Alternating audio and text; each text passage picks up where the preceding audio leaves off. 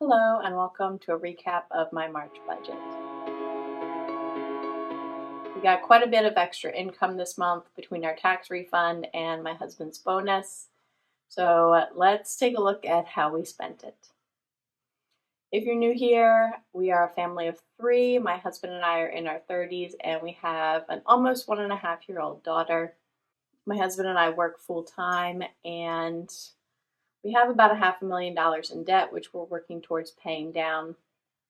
But we're also working on saving and investing so that hopefully I can retire early or at least go on a more part-time basis so I can focus on raising our daughter.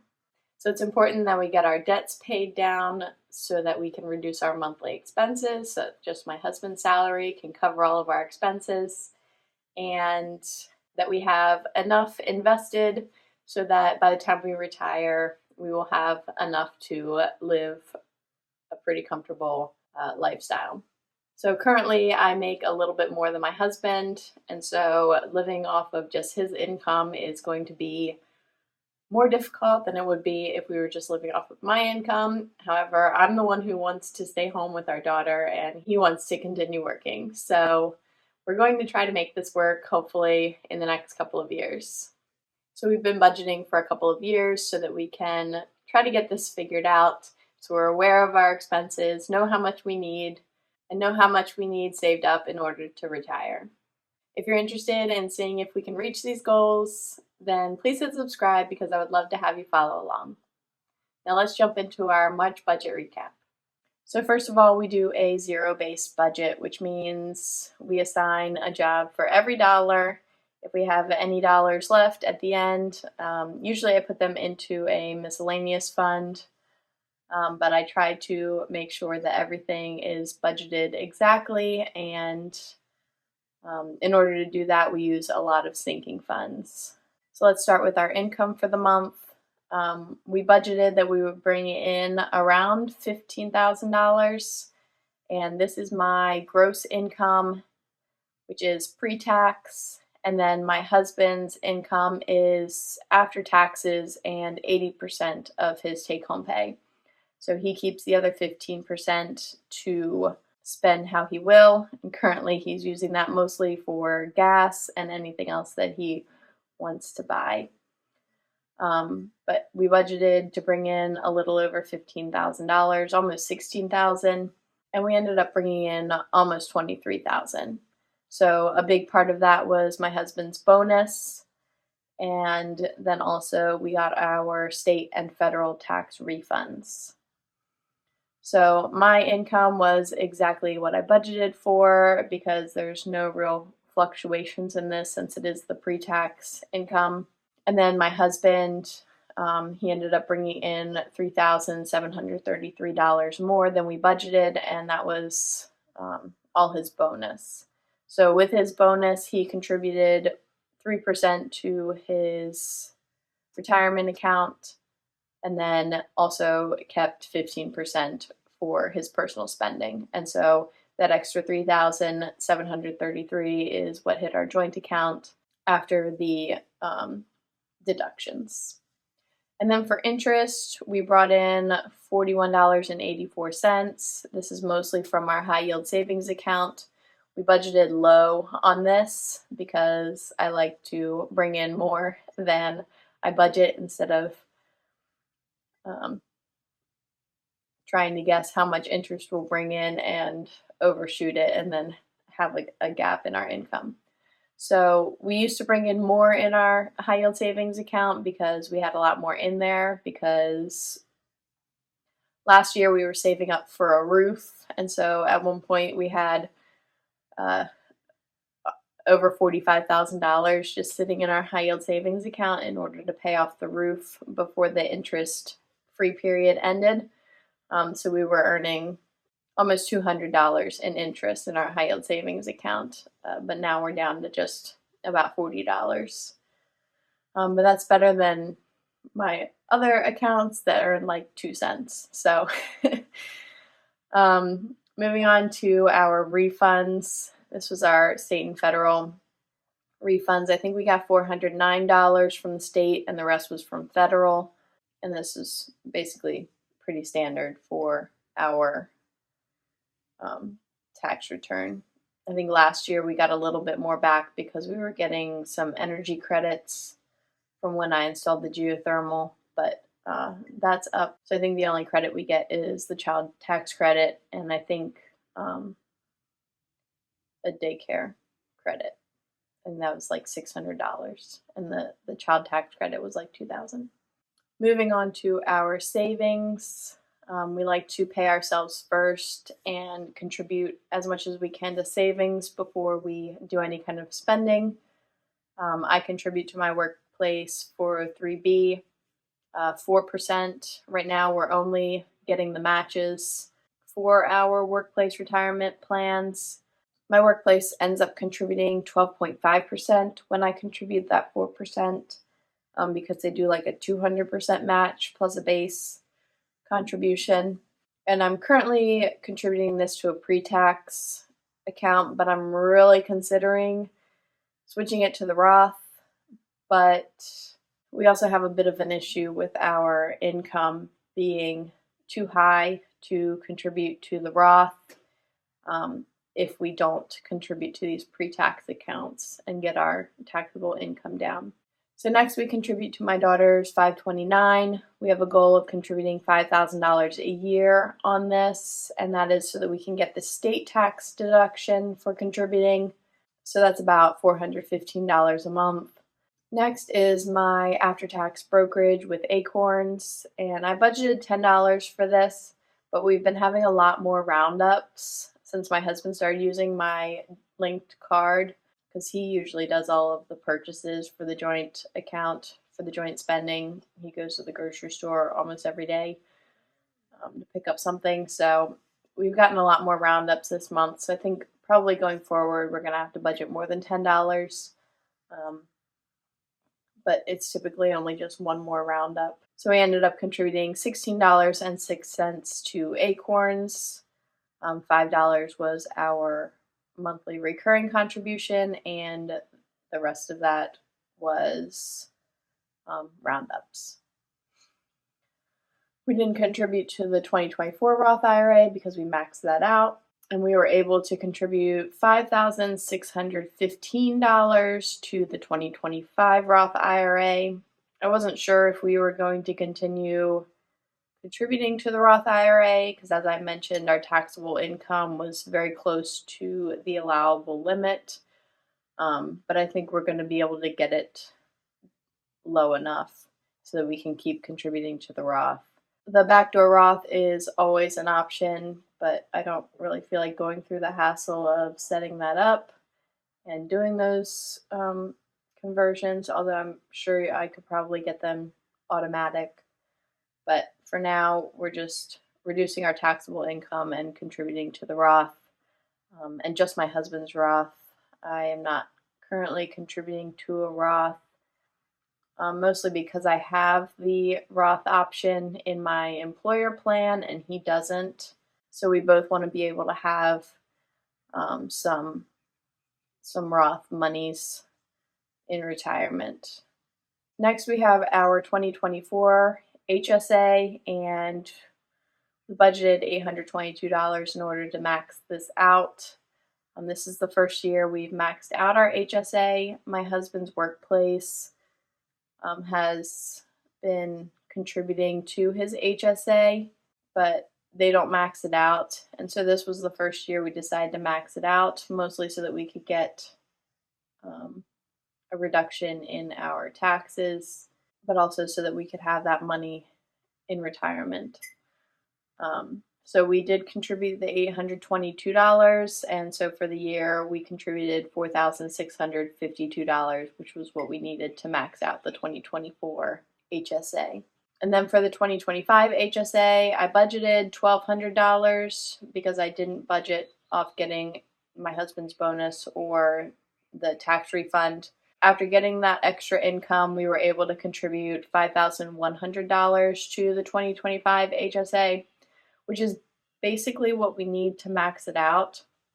So I know the limit is like 8,550 for a family, but his workplace contributes, it's like 280 something every month. And so I'm just contributing the 5,100, and then at the end of the year, once we figure out how much they've actually contributed, then we'll max it out before we do our taxes.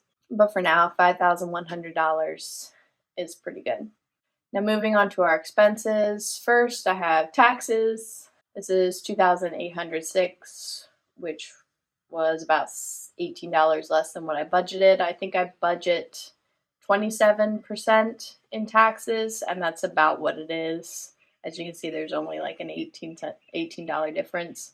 But again, I like to be conservative with these taxes. So having less taken out than what I actually budget for gives us a little bit more wiggle room in our final budget.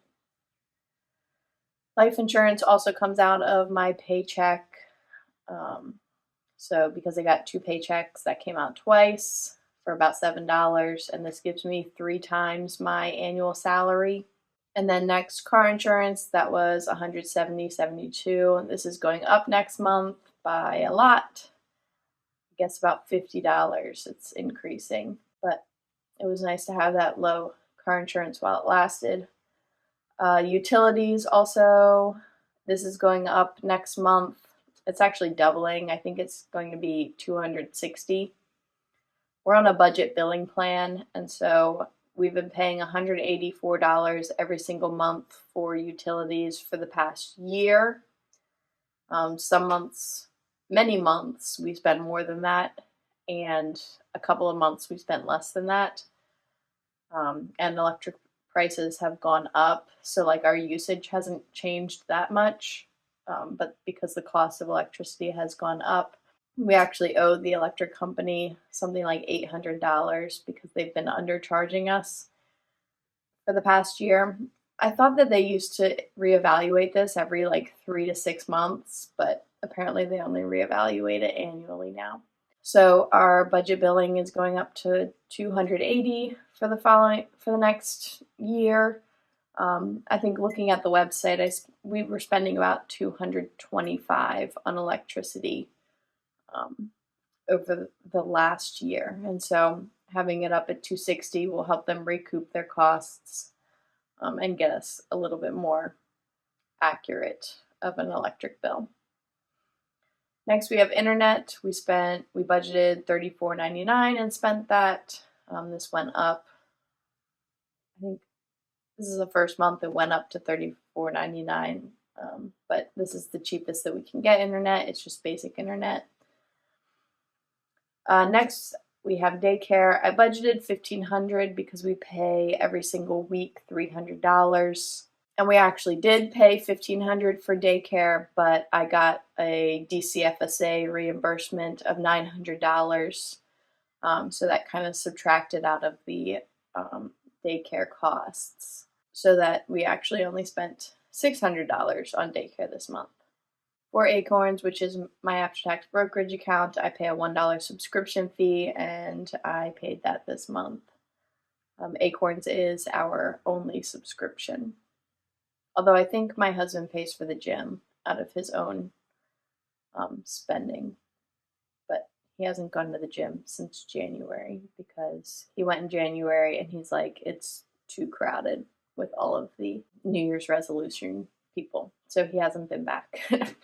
Hopefully he'll start going back because it's probably died down. So moving on to our debts, we have our mortgage. We budgeted $2,630, and that's exactly what we paid. This had gone down, so some of our other bills were going up, but our mortgage went down because we had gotten our private mortgage insurance removed this month. So that saved us about $50 in our mortgage, or like $45. For the truck, I had budgeted $2,033.21. And that was because we were going to pay extra towards the truck this month because we were focusing on debt payoff, but then we decided to focus on contributing to the HSA and then my husband's Roth IRA instead. So we just paid $933.21, which was just the minimum payments. We pay this every 2 weeks, and so March just happened to be a month where we paid for the truck 3 times. So usually we pay about $600 a month on the truck. In March we had to pay $900. But we are very close to paying that off. We have about $8,000 left. We got the truck in 2023, at the end of 2023. So we've made a lot of progress on it so far, and hopefully we'll get that paid off very soon. Our next debt is my retirement account loan. This comes out of my paychecks. So because I got paid twice, it came out twice. It comes out with every paycheck. There's no like break. Like sometimes with the benefit deductions, 2 of the paychecks during the year, like if there's a 3-paycheck month, one of those paychecks don't have the deductions, but that doesn't happen for the retirement account loan. I pay it every time. And then the student loans, $382. That's just the minimum.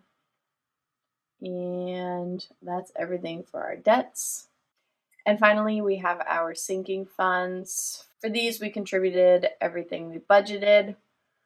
$900 to home maintenance, $350 to groceries, $150 to car and gas, $25 to health, $50 to pets, $30 to baby, $55 to our phone, which we pay annually, $50 for gifts, $5 for clothing, $5 for travel, $20 for restaurants, and then the extra 27 cents that I had, I put in miscellaneous.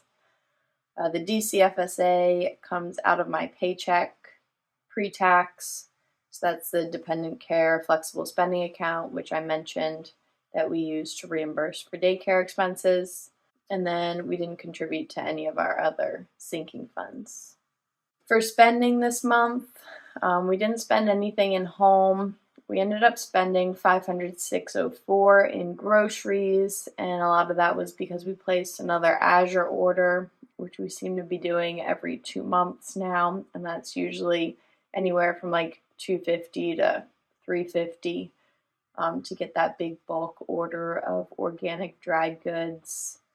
This month, I think we mostly got nuts and seeds. I'll have to look and see exactly what we got, but we didn't get like a whole bunch of beans this time because we still have all of our beans from last time. Oh, I bought more flour, whole wheat and regular, so that I can keep making sourdough, which I haven't been doing very often, and I probably won't do very much this summer because I don't like using the oven when it's already hot out. But I also make pancakes for my daughter, which uses a lot of the whole wheat flour. So for car and gas, I bought gas once this month, and that was $28.51. As I said, my husband pays for gas out of his own account. That's just what he's chosen to do. So this is just for maintenance for our cars. He gets free oil changes on his truck and free car washes. I wash my own car, I guess. And so I have to pay for oil changes. I think I got tires last year, and this year he's planning on getting tires. So we have almost $1,000 in that sinking fund, and hopefully that'll be enough to cover tires. For health, we ended up spending $102.78, and this was a doctor bill for my daughter from back in December. We finally paid that this month, and my husband went to the optometrist because he wears glasses. So he had to get his eyes checked.